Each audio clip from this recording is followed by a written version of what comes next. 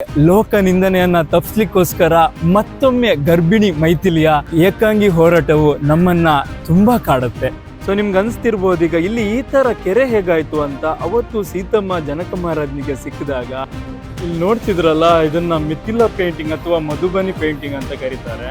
So Janaki ಮಂದಿರಿಂದ ಇವಾಗ ಇನ್ನೊಂದು ಜಾಗಕ್ಕೆ ಹೋಗ್ತಾ ಇದ್ದೇವೆ. ಸೊ ಸೀತಾಮಾತೆಯ ಜನ್ಮಸ್ಥಳದ ಕುರಿತಾದುವೆ ಸ್ಥಳ.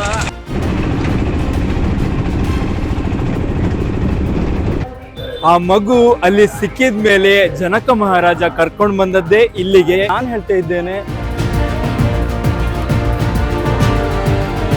ಮಾಡಿ ಎಂಬ ಊರಲ್ಲಿ ರಾಮನ. ಸೊ ಇಷ್ಟು ಹೇಳ್ತಾ ಈ ಒಂದು ಜೋರ್ ಸೆ ಬೋಲೋ ಜೈ ಶ್ರೀ ರಾಮ್, ಜೋರ್ ಸೆ ಬೋಲೋ.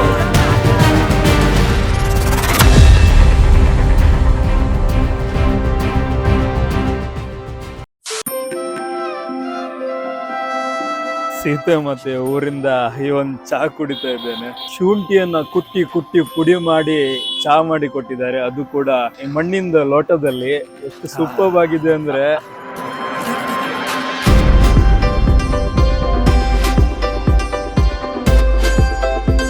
ಗಂಟೆ 9 ಆಗಿದೆ, 9:10 ಆದ್ರೆ ಇಲ್ಲಿ ಗಂಟೆನೆ ಗೊತ್ತಾಗಲ್ಲ. ಯಾಕಂದ್ರೆ ಸಿಕ್ಕಾಪಟ್ಟೆ ಅಂದ್ರೆ ಸಿಕ್ಕಾಪಟ್ಟೆ ಚಳಿ ಇದೆ.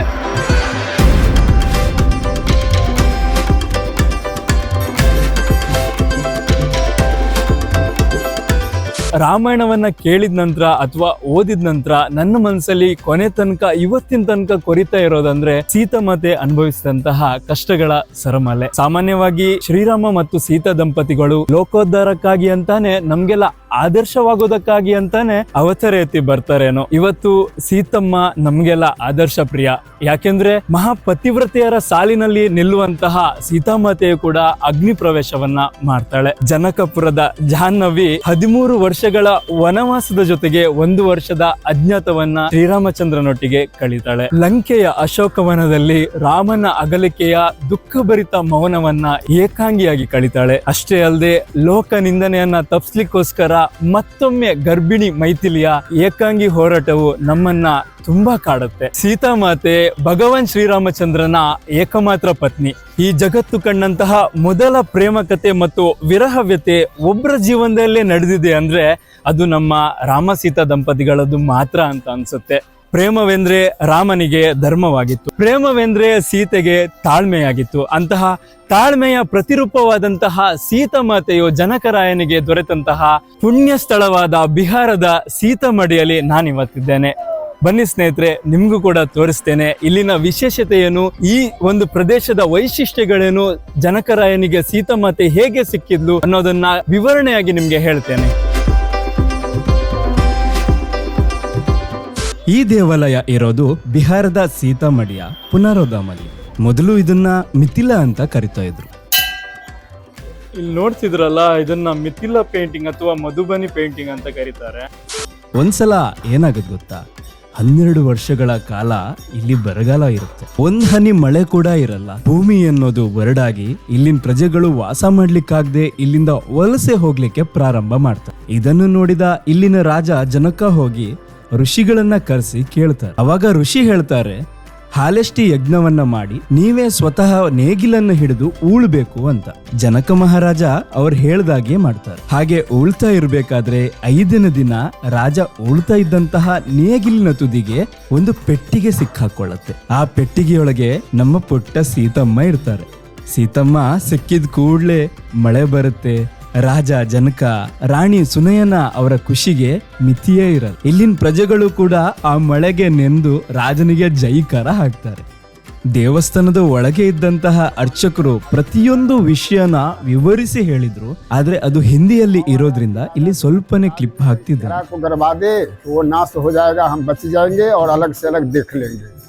ये सोचकर उन्होंने इतना लंबा चौड़ा राज्य के बारे में सोचे कि मिथिला राज्य में कहाँ पर इसको गिरवाया जाए, इस घड़ा को। उनके मन में आया जहाँ पर अभी हम लोग वर्तमान खड़े हैं जानकी जन्मभूमि पर, उस समय ये जंगल था।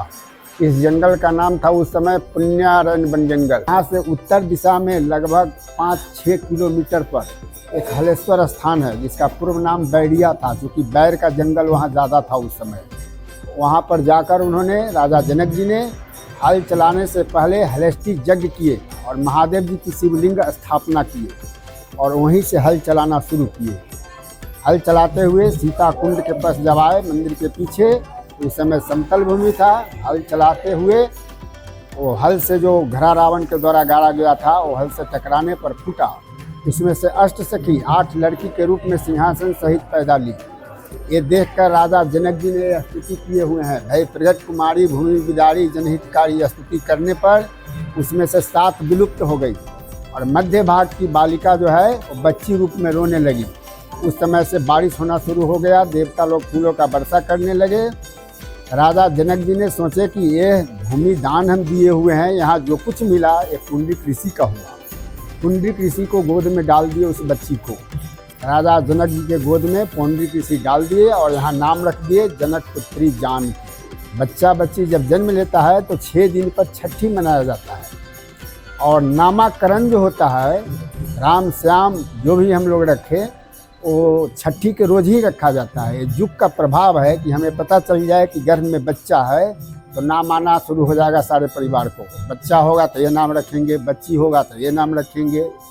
तो वहाँ के नामाकरण में उनका सीता नाम पड़ा। नारद जी ने नाम रखे हुए हैं सीता। सीता क्यों पड़ा? हल जो हम लोग चलाते हैं उसमें लोहे का फाल होता है मिट्टी कोड़ने के लिए, उसे सीत बोलते हैं। और मिट्टी जो कोड़ते हैं उसे सिराउड़ कहते हैं, गड्ढा कहते हैं। क्षेत्रीय भाषा अलग अलग है, दोनों को मिलाने से सीता बनता है।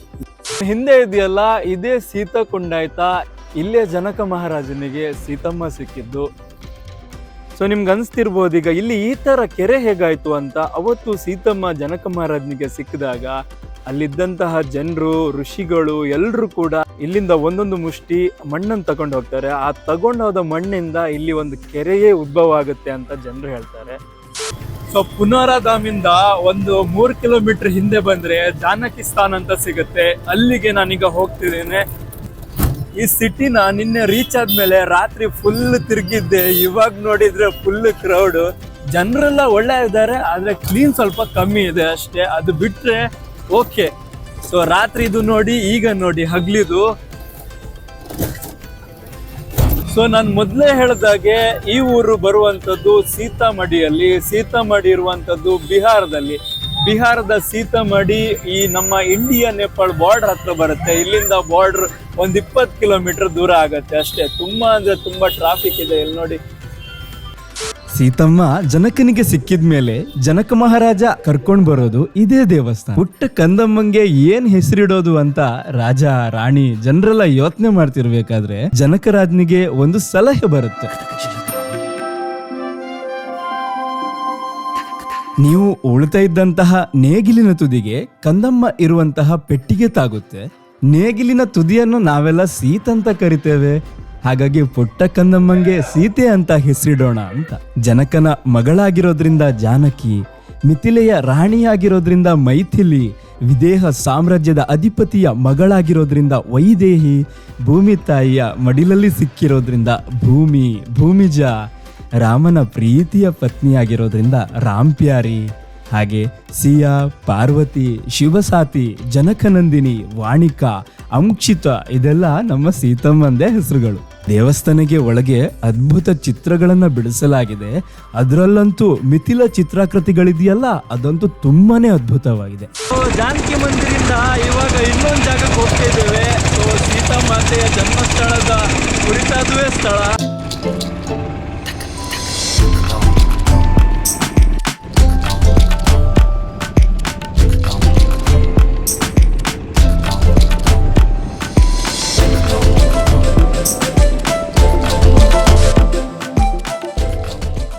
ಸೊ ಅವಾಗ ಪಂಡಿತರು ಹೇಳಿದಾಗೆ ಜನಕ ಮಹಾರಾಜ ಇಲ್ಲಿ ಬರಗಾಲ ಬಂದಾಗ ಹಾಲೆಷ್ಟಿ ಯಾಗವನ್ನ ಮಾಡ್ತಾರೆ. ಸೊ ಆ ಹಾಲೆಷ್ಟಿ ಯಾಗವನ್ನ ಮಾಡಲಿಕ್ಕೆ ಹಾಲ್ ಅಂದ್ರೆ ನೇಗಿಲನ್ನ ಚಲಾಯಿಸ್ತಾರೆ. ಆ ನೇಗಿಲು ಚಲಾಯಿಸಿದಂತಹ ಮೊದಲ ಜಾಗವೇ ಇದೆ. ಹಾಲೆಷ್ಟಿ ಯಾಗವನ್ನ ಮಾಡಿ ಇಲ್ಲಿ ಹಾಲೇಶ್ವರನಾಥನ ಲಿಂಗವನ್ನ ಸ್ಥಾಪನೆ ಮಾಡಿ ನೇಗಿಲಿಂದ ಉಳ್ಳಿಕ್ಕೆ ಸ್ಟಾರ್ಟ್ ಮಾಡ್ತಾರೆ. ಇದು ಸೀತಾಮಡಿಯಿಂದ ಸುಮಾರು ಒಂದು 7 ಕಿಲೋಮೀಟರ್ ದೂರ ಇದೆ. ಇಲ್ಲಿಗೆ ಬರ್ಲಿಕ್ಕೆ ನಿಮ್ಗೆ ಆಟೋ ಸಿಗುತ್ತೆ, ಶೇರಿಂಗ್ ಆಟೋದಲ್ಲಿ ಕೂಡ ಬರಬಹುದು. ಸೊ ಇದೇ ಜಾಗ ಜನಕ ಮಹಾರಾಜ ಮೊದಲನೇ ಬಾರಿಗೆ ನೇಗಿಲನ್ನ ಹಿಡಿದುಕೊಂಡು ಉಳ್ಳಿಕ್ಕೆ ಸ್ಟಾರ್ಟ್ ಮಾಡಿದಂಥದ್ದು. ಇಲ್ಲಿಂದ ಸೀತಾಮಡಿ 7 ಕಿಲೋಮೀಟರ್ ದೂರ ಇದೆ. ಸೊ ಸೀತಾಮಾತೆ ಹುಟ್ಟಿದ ಜಾಗದ ಬಗ್ಗೆ ಹಲವು ಮಾತು ಹೇಳ್ತಾರೆ. ನೇಪಾಳದವ್ರು ಹೇಳ್ತಾರೆ ನೇಪಾಳದಲ್ಲಿ ಹುಟ್ಟಿದಂತ, ಭಾರತದವ್ರು ಹೇಳ್ತೇವೆ ಸೀತಾಮಡಿಯಲ್ಲಿ ಹುಟ್ಟಿದ್ದು ಅಂತ. ವಾಲ್ಮೀಕಿ ರಾಮಾಯಣದ ಪ್ರಕಾರ ಹಾಗೇನೆ ವಿಷ್ಣು ಪುರಾಣದಲ್ಲಿ ಉಲ್ಲೇಖವಾಗಿರುವಂತೆ ಸೀತಾಮಾತೆಯು ಜನಕ ರಾಜನಿಗೆ ಸಿಕ್ಕಿದ್ದು ನೇಪಾಳದಿಂದ 39 ಕಿಲೋಮೀಟರ್ಗಳಷ್ಟು ದೂರದಿಂದ. ಸೊ ಅದನ್ನ ಲೆಕ್ಕ ಹಾಕಿದ್ರೆ ಈ ಸೀತಾಮಡಿ ಎಂಬುವ ಜಾಗ ನೇಪಾಳದಲ್ಲಿರುವಂತಹ ಜನಕಪುರದಿಂದ 39 ಕಿಲೋಮೀಟರ್ ದೂರ ಇದೆ. ಸೊ ಅದರಲ್ಲಿ ಸಂಶಯನೇ ಬೇಡ, ಸೀತಾಮಾತೆಯು ಜನಕ ಮಹಾರಾಜನಿಗೆ ಸಿಕ್ಕಿದ್ದು ಇದೇ ಸೀತಾಮಡಿ ಎಂಬ ಊರಲ್ಲಿ. ಸೊ 8ನೇ ಕ್ಲಾಸಲ್ಲಿ ರಾಮಾಯಣ, 9ನೇ ಕ್ಲಾಸಲ್ಲಿ ಮಹಾಭಾರತ ಓದಿದಂತಹ ನನಗೆ ಅವತ್ತು ಹುಟ್ಟಿಕೊಂಡಂತಹ ಹಠ ಭಾರತದಲ್ಲಿರುವಂತಹ ಬೇರೆ ಬೇರೆ ಜಾಗಗಳನ್ನು ನೋಡುವಂತಹ ಚಟವಾಗಿ ಬೆಳೆದುಕೊಂಡಿದೆ. ಇದಕ್ಕೆ ಮುಖ್ಯ ಕಾರಣನೇ ಈ ರಾಮಾಯಣ ಮತ್ತೆ ಮಹಾಭಾರತ. ನನ್ನ ಬಗ್ಗೆ ಜಾಸ್ತಿ ಥಿಂಕ್ ಮಾಡಬೇಡಿ. ಇಲ್ಲಿವರೆಗೆ ಬಂದದ್ದು ಜನರಲ್ ಕೋಚಲ್ಲಿ, ಉಡುಪಿಯಿಂದ ಮುಂಬೈ ತನಕ ಜನರಲ್ ಅಲ್ಲಿ, ಮುಂಬೈಯಿಂದ ಇಲ್ಲಿ ತನಕ ಕೂಡ ಜನರಲ್ ಅಲ್ಲೇ ಬಂದಿರೋದು. ಸೊ ನೀವಿಲ್ಲಿ ನೋಡ್ತಿರಬಹುದು, ಈ ಒಂದು ಕ್ಯಾಬಿನ್ ಇದೆಯಲ್ಲ ಅದರಲ್ಲೇ ಕೂತ್ಕೊಂಡು ಇಲ್ಲಿವರೆಗೆ ಬಂದಂಥದ್ದು. ನಾವು ಓದೋವಾಗ 8ನೇ ಕ್ಲಾಸಲ್ಲಿ 9ನೇ ಕ್ಲಾಸಲ್ಲಿ ಅಂದ್ರೆ ಪ್ರೈಮರಿಯಲ್ಲಿ ಅಥವಾ ನಮಗೆ ಹೈಸ್ಕೂಲಲ್ಲಿ ರಾಮಾಯಣ ಮತ್ತೆ ಮಹಾಭಾರತ ಓದಲಿಕ್ಕೆ ಕೊಡ್ತಿದ್ರು. ಆದ್ರೆ ಇವತ್ತಿನ ಮಕ್ಕಳಿಗೆ ಅದು ಕೊಡ್ತಾ ಇದ್ದಾರೋ ಇಲ್ವೋ ಅನ್ನೋದು ನನಗ್ ಗೊತ್ತಿಲ್ಲ. ಒಂದು ವೇಳೆ ಕೊಡ್ತಾ ಇಲ್ಲ ಅಂತ ಆಗಿದ್ರೆ ಮಕ್ಕಳಿಗೆ ಮೊಬೈಲ್ ಅನ್ನು ಕೊಡೋದ್ ಬಿಟ್ಟು ನಿಮ್ಮ ಮನೆಯಲ್ಲಿ ರಾಮಾಯಣ ಮತ್ತು ಮಹಾಭಾರತ ಪುಸ್ತಕವನ್ನ ತಂದಿಡಿ. ಒಂದು ಮೊದಲಿಗೆ ಓದುವಂತಹ ಸ್ವಲ್ಪ ಫೋರ್ಸ್ ಹಾಕಿ ಮತ್ತೆ ಮುಂದೆ ಅವರೇ ಅದನ್ನ ಪಕ್ಕಾ ಓದ್ತಾರೆ. ಯಾವಾಗಾದ್ರೂ ರಾಮನ ದೈವತ್ವದ ಬಗ್ಗೆ ಅಥವಾ ರಾಮನ ಇರುವಿಕೆಯ ಬಗ್ಗೆ ಕ್ವಶನ್ ಮಾಡುವವರಿಗೆ ಪ್ರತಿಯಾಗಿ ಕರೆಕ್ಟ್ ಆಗಿ ಉತ್ತರ ಕೊಡುವವರು ತುಂಬಾ ಜನ ಇರ್ತಾರೆ ಅಂತ ನಾನು ಅನ್ಕೊಳ್ತೇನೆ. ಸೊ ಈ ವಿಡಿಯೋ ನಿಮ್ಗೆಲ್ಲ ಇಷ್ಟ ಆಗಿರುತ್ತೆ ಅಂತ ಅನ್ಕೊಂಡಿದ್ದೇನೆ. ಇಷ್ಟ ಆದ್ರೆ ಶೇರ್ ಮಾಡಿ, ಲೈಕ್ ಮಾಡಿ, ಸಬ್ಸ್ಕ್ರೈಬ್ ಮಾಡಿ. Take care, good bye. ಜೋರ್ ಸೆ ಬೋಲೋ, ಜೈ ಶ್ರೀ ರಾಮ್. ಜೋರ್ ಸೆ ಬೋಲೋ, ಜೈ ಮಹಾಕಾಲ್.